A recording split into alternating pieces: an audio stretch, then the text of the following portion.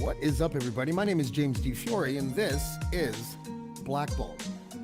If you are like me, and you are a Generation X person who grew up formative years in the late 80s, early 90s, you probably watched The Simpsons.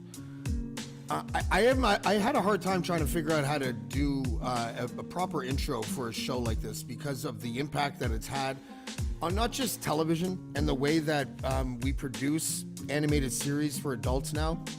And that's a whole thing I want to talk about with our guest today as well.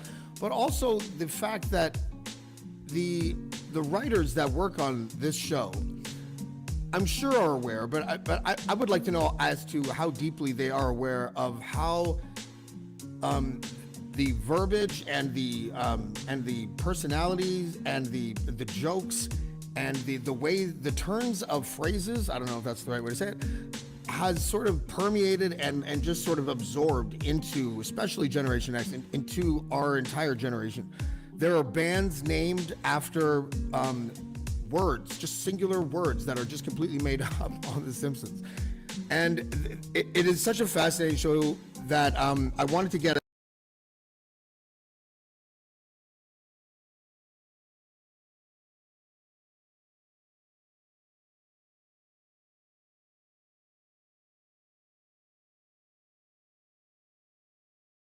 Oh, we froze again. There we go.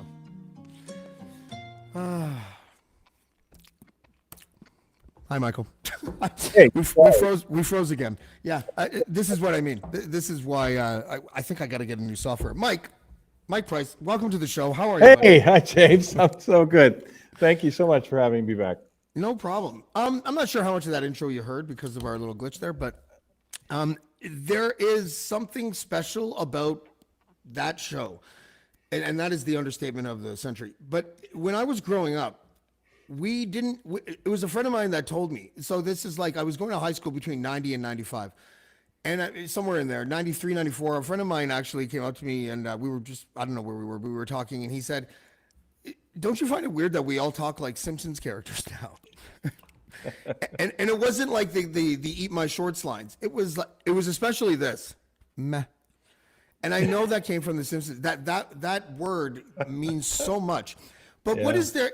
I'm wondering, first of all, if you guys are aware of the cultural impact about how it's kind of shapes our sense of humor, but also, like, is there inside the writing room, is there a recognition that, listen, we are part of the cultural fabric now, we have to write like it? Or is it just keep your head down and keep doing the same thing? That's a really good question. We'll answer the first part first, which is the good way to do things usually. We're all super aware because all of us, to various degrees, grew up with the show. Some of us, we have writers. We have a writer on our show now who's younger than the show, who is just turning 29 years old. So she is younger than the show. So I grew up, didn't know a world that didn't have The Simpsons in it. I'm a little bit older than you, so I remember when it first came on and the huge impact that it made. For the most part, most of us have been here. I've been on the show now for 21 seasons, which is an unbelievable amount of time. But even before that, it was, of course, aware of how huge it was in the culture and still is. And so I think we absolutely are aware of that. And certainly in the internet age and even more in the social media age, it's amazing to see, all the memes that's still being used, from older shows, from newer shows, and to see that that's still such a huge topic of discussion is amazing to us. But to answer the second part, I would say for the most part, we really can't think of it that way. We still have to put out a show. We still have to make episodes of the show. So we're aware of like what the show is and what we're, we're trying to live up to, this huge cultural event that the show is, and for some people like, who are more enamored of like the early seasons, let's say, like what it meant to them, what it's meant to various people, various forms of their lives. But at the same time, we still have to sort of go through the everyday process of writing new episodes and putting new episodes out. So I think we wouldn't get anything done if we just kept thinking about like, well, what is this going to mean in terms of like Right. what's going to play to a giant world, what's going to become a meme or not. Like we have no idea what's going to happen. We just sort of focus on like what's in front of us today, what's the scene we're writing now, what's the story we're writing now, and how do we make it better. I really enjoy how it doesn't spare anybody, including itself. When the Simpsons movie came out, I don't remember exactly the line, but I'll paraphrase. But it was something like it basically made fun of the fact that it was just like an episode, only longer and in the theater. Right. Yeah. Yeah. In fact, you- Homer, I believe, said it right to the audience, like, Yeah. anyone who pays for something that you get for free is an idiot, basically, so yeah. I mean, I think the show has always been kind of self-deprecating too, which is good. I mean, the minute you start believing your own whatever, then you're in trouble. Do you have a lot of lawyer friends? Because I looked at all the episodes that you've written, and there is throughout more than a few of them are good lawyer jokes. There's one where I think I don't remember if it's the Pizza Bot one, but there's one where Homer flies through the police station with his car and lands on a lawyer, and he's like, "Tell my family I was a drain on humanity." No, I mean, I know a couple of lawyers, but I don't have any axe to grind against them. But Well, we all do, don't we? but yeah, I mean, they serve their purpose, and I know a couple of good ones. But yeah. Yeah, the lawyer jokes are the Simpsons lawyer jokes are great. I still use. That's another thing. I have caught people, and this is what I mean by the whole Simpsons culture falls into our lexicon, and sometimes we don't even know it. But I have caught people. I felt like Goodwill Hunting at the Harvard bar when he walks up to the guy who's trying to show off, but it turns out he just memorized the textbook or whatever. And people are like literally recanting entire Simpsons scenes, but pretending that it's them saying it. And I've called them out. I'm like, that's season 15, episode 12. I know what you're doing, And it's just one of those shows. I watched a bunch of the episodes that you wrote, and I was really happy to see that you wrote the one where we found out that this man, Gill Gunderson, was actually a cocaine dealer, which is the greatest origin story I have ever heard in my entire life. The booger sugar, right? That's right. Yes. What was that?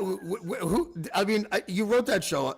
When you came up with that, was there anybody like, I don't know, would Gil really find it so hard to find a job and be so timid if he was a cocaine trafficker? But I loved it. I thought it was the greatest. Well, it made sense that it didn't work out for him, and he got arrested and probably spent some time in the joint, and he got out, and that's why he's having a hard time now.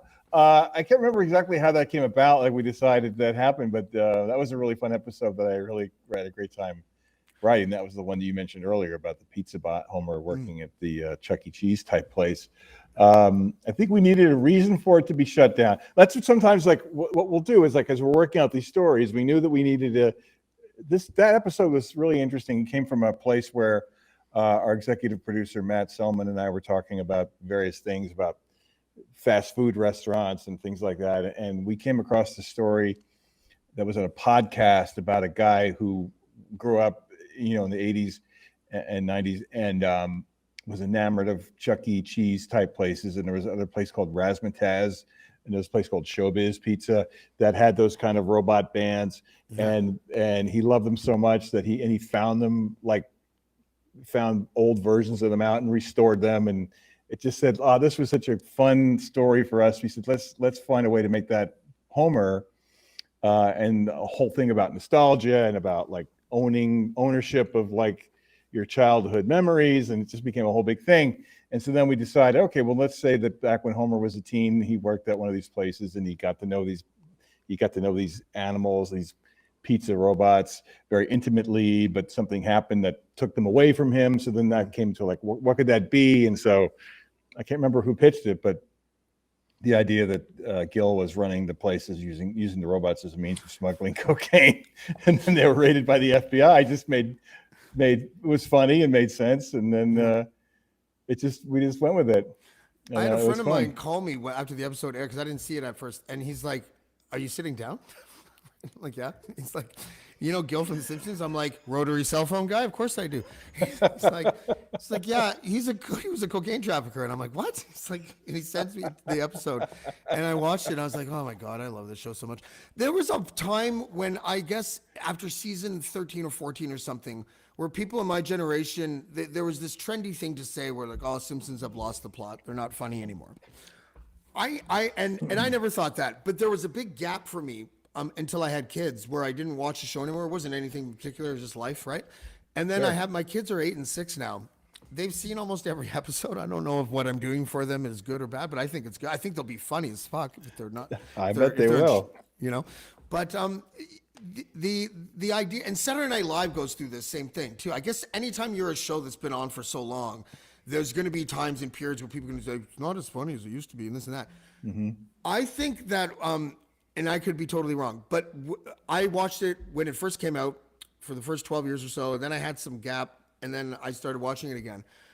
It felt like the writing after season 13, 14 was just kind of more aimed for adults than teenagers. Is that fair? I mean, that's when I joined the show, and when season 13 was airing, and we were starting to write season 14.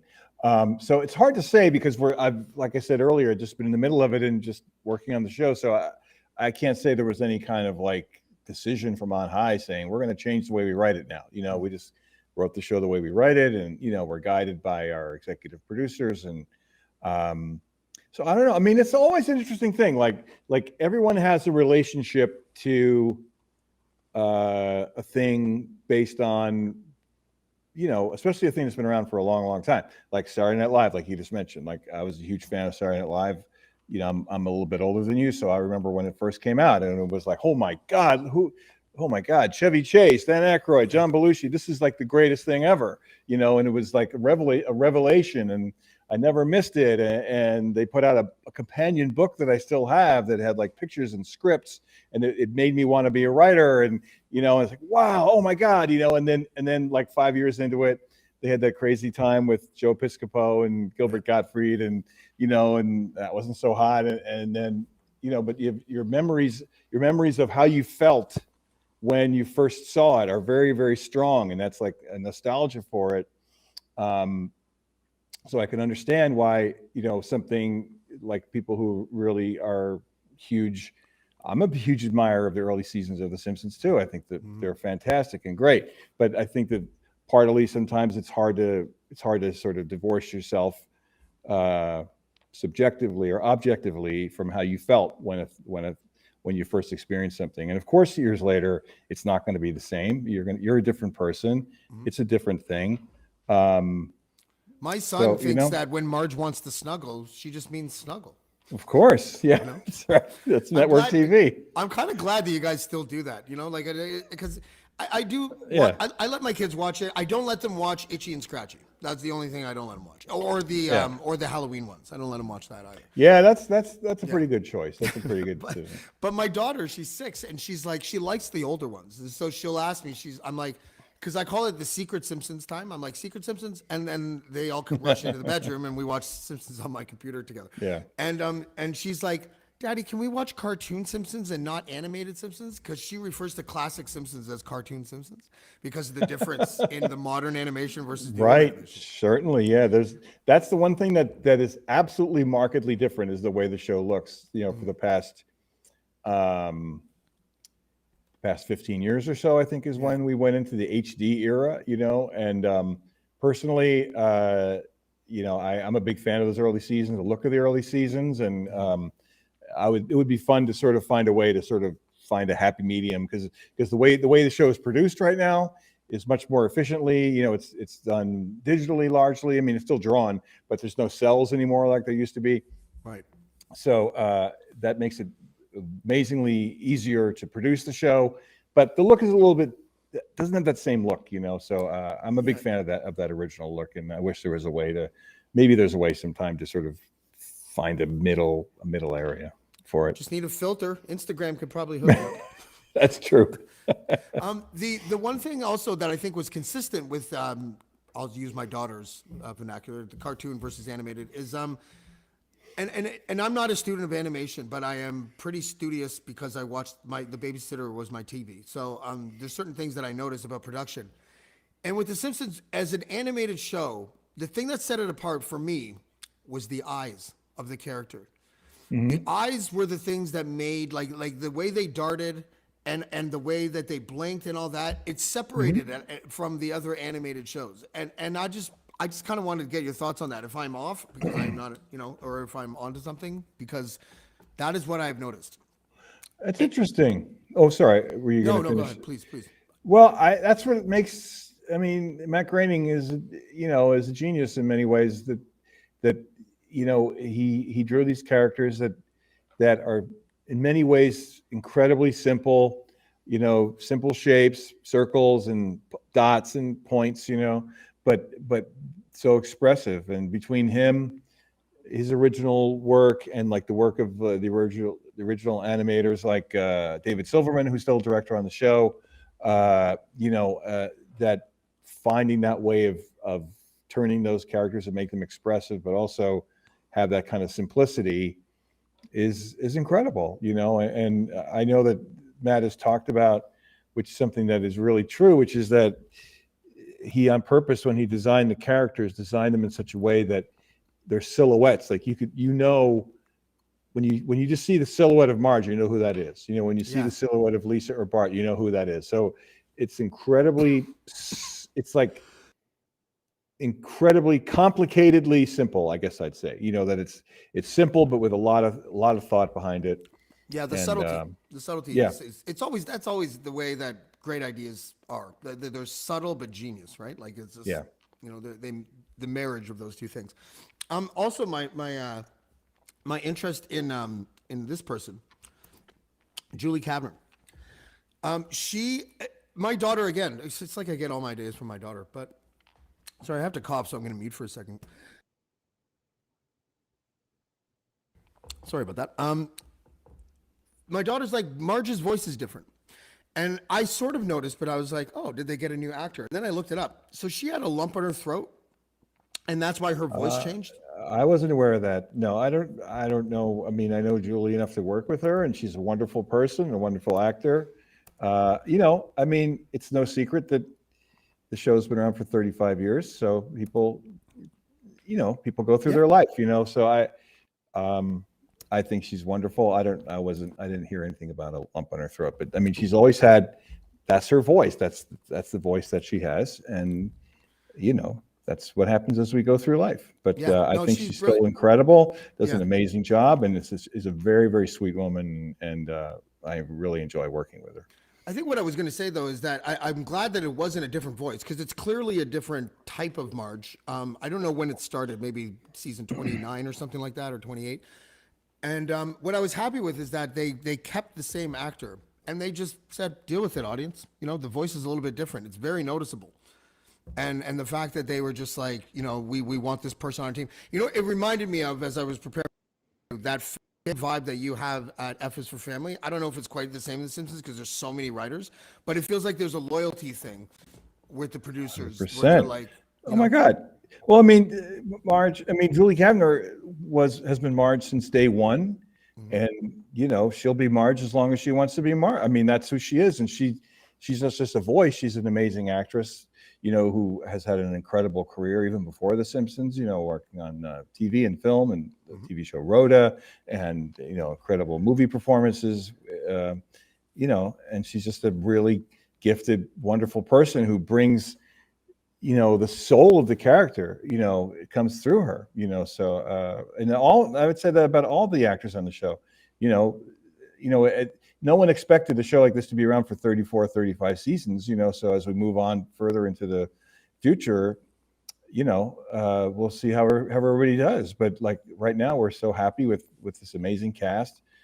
Julie's incredible. Dan Castellaneta, who's Homer and about 1,000 other characters. Hank Azaria, Harry Shearer, Yardley, Nancy Cartwright. They're just incredible performers and incredible people. And I can't. I was just directing Yardley and Nancy earlier today for a new episode, and I still kind of have to pinch myself that, like, we'll just be talking, and then like, okay, here we go, and then Yardley goes in and does Lisa Simpson, and it's like, holy crap, I'm talking to Lisa Simpson right now, and they're just incredible people and super talented, and I love working with them. It's quite a dream job, eh? Like, you have like a dream job. I do. This has been, yeah. I mean, like I said, like I was when The Simpsons first came on, I was just at the beginning of thinking about trying to do something like this. I was involved in I just started doing like performing sketch and improv comedy in New York. And I was in just at the beginning of taking these classes and being in a comedy group with some friends, and we were just kind of became like comedy nerds and, like loving it all. And I was sort of getting intoxicated by that feeling of like, I'm with people who get me, we're funny. And that was just when The Simpsons started coming on, and we all started, like, every Sunday night, we wouldn't miss it. We watched it, it was like, this is something that has never been seen before. It was so different and fresh. And then that was 1990, so then 11 years, almost 12 years later, but in all that time, I moved from New York to California, struggled, did a bunch of crazy things to try to get work, and started getting some work. And then to find myself 11 or 12 years later on the writing staff of The Simpsons was a dream come true. And it still feels that way. So feel so fortunate and grateful to be part of this. You can tell that they weren't sure if it was going to last very long, because they did merchandise the fuck out of it over the first 3 seasons. Well, I mean, yes, that's true. But I think it was because it was such a phenomenon. It was an incredible phenomenon. I mean, it was the first hit show, really. Well, I guess Fox had Married with Children. But aside from Married with Children, it was the first hit show that Fox had.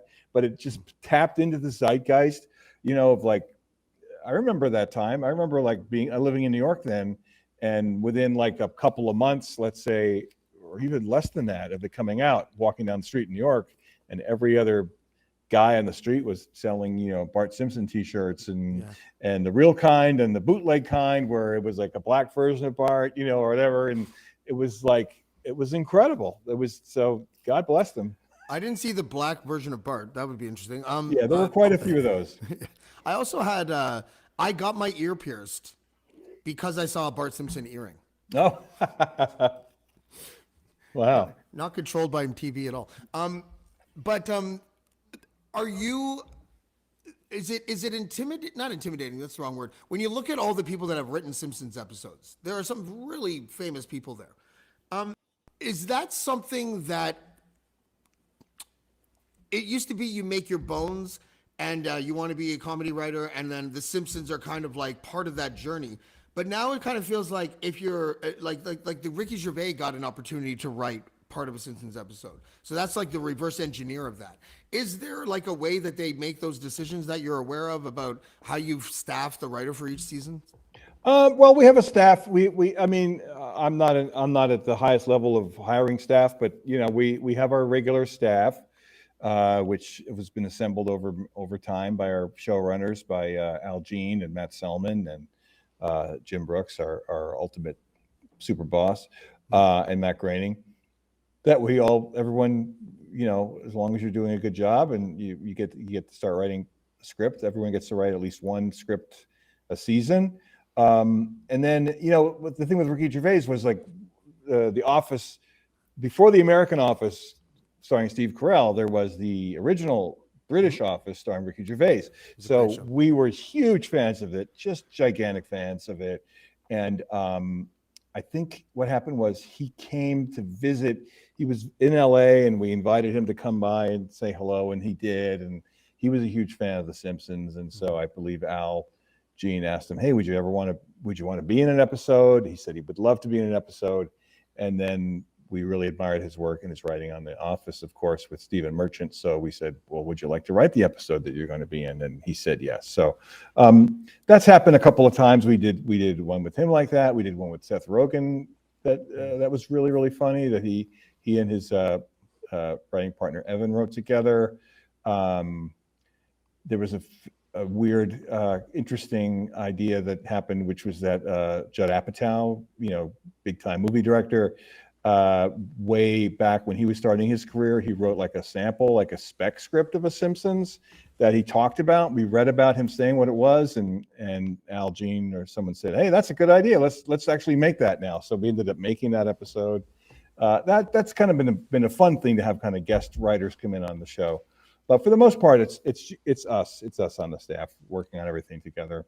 And even when like a Ricky Gervais or a Seth Rogen or a Judd Apatow writes a script, they tend to write like the first draft of it, and then when it comes into the writer's room, and that's what happens with everyone who writes a script. You turn in your first draft, and then that becomes more or less kind of like the framework on which the episode is then built, because it's very rare that what you write in your first draft gets all the way through to America's TV sets. It just becomes kind of like the beginning of a thing, like the blueprint of it almost. And that becomes the thing that we work off of as we work on it and punching it up and rewriting it. And we spend a lot of time, many drafts of reworking it. So even like the ones that were written by Ricky Gervais or Seth Rogen, they handed their draft in, but then we kind of all worked on together, the staff, turning it into a Simpsons show.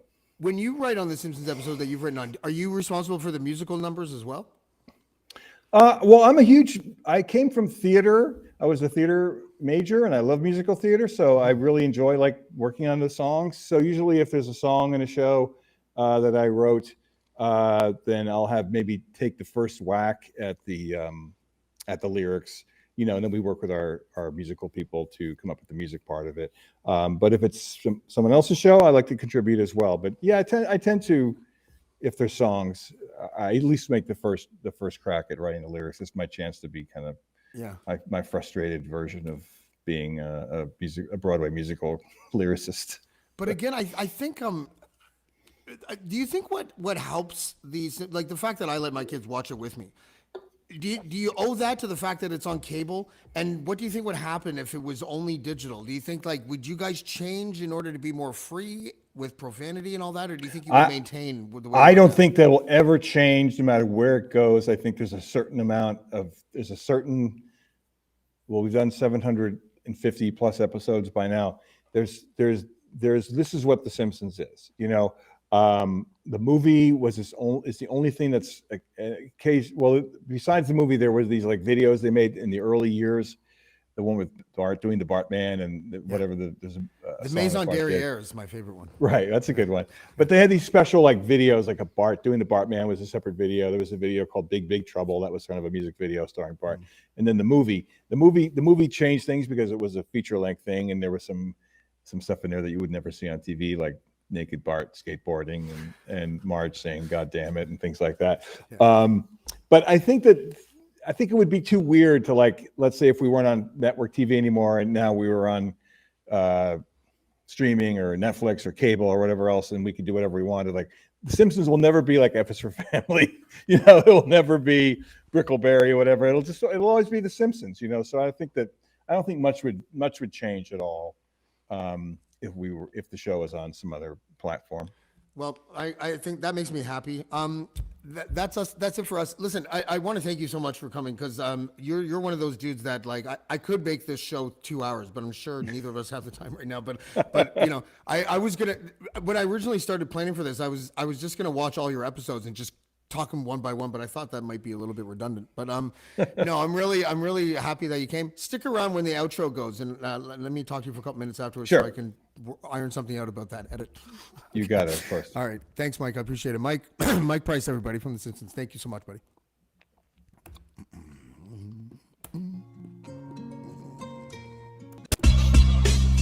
Blackballed.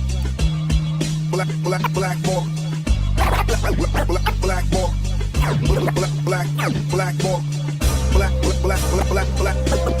Black.